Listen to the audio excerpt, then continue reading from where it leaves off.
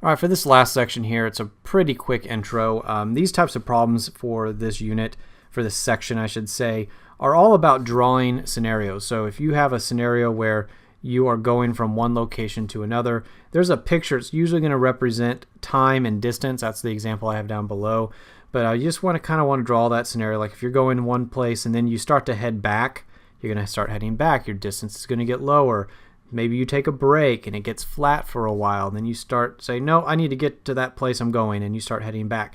You want to be able to draw that scenario as you go. So if a problem is describing a situation and they don't draw a picture, please draw it. Or it's going to be one like we do a 34 where they give you pictures and you got to match them up. But that's all you have to do is get used to that process and how to draw those graphs. So let's go ahead and see what 35 looks like.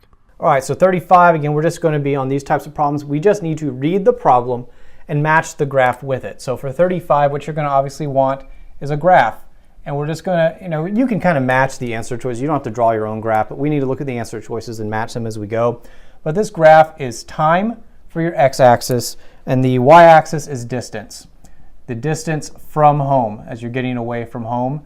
So now we're going to track. We start at home. John left for work from home. So your graph should start here because at the initial time you were at home, you were leaving.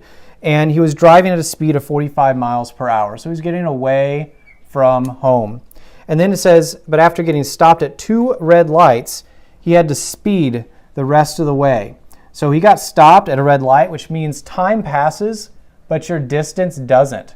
So this would be time passing, but your distance not going anywhere because you're stopped. And then maybe you kept going, you got stopped at another stop sign, or red light in this case. So you're stopping twice, and then now he's behind. So he's going to have to speed, which means his rate is increasing. So if this was 45, we're going to look for a graph that goes up even faster. We don't know how fast. They just said you had to speed. So the rate's going to be a little higher. So you're looking for a graph that does something like that. Going at 45 miles an hour, you stop, you're going the same speed, but then you get stopped again. Well, now you're going to have to go faster. So you want to find the graph that matches that. So when you look at A, it looks like it's going down. And again, I'll just write these out real quick. A looks like it's going down. You're not getting closer. You're not going backwards, getting closer to home. So it's not going to be A.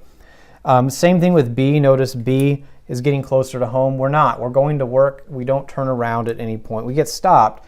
But you notice C, it speeds up after that second stop. That's kind of what this graph is doing. So C is going to be your answer on that one. Notice D, it actually slows down after that second stop, so it's not going to be D. So anyway, that's going to be 35, and really that is Algebra 1.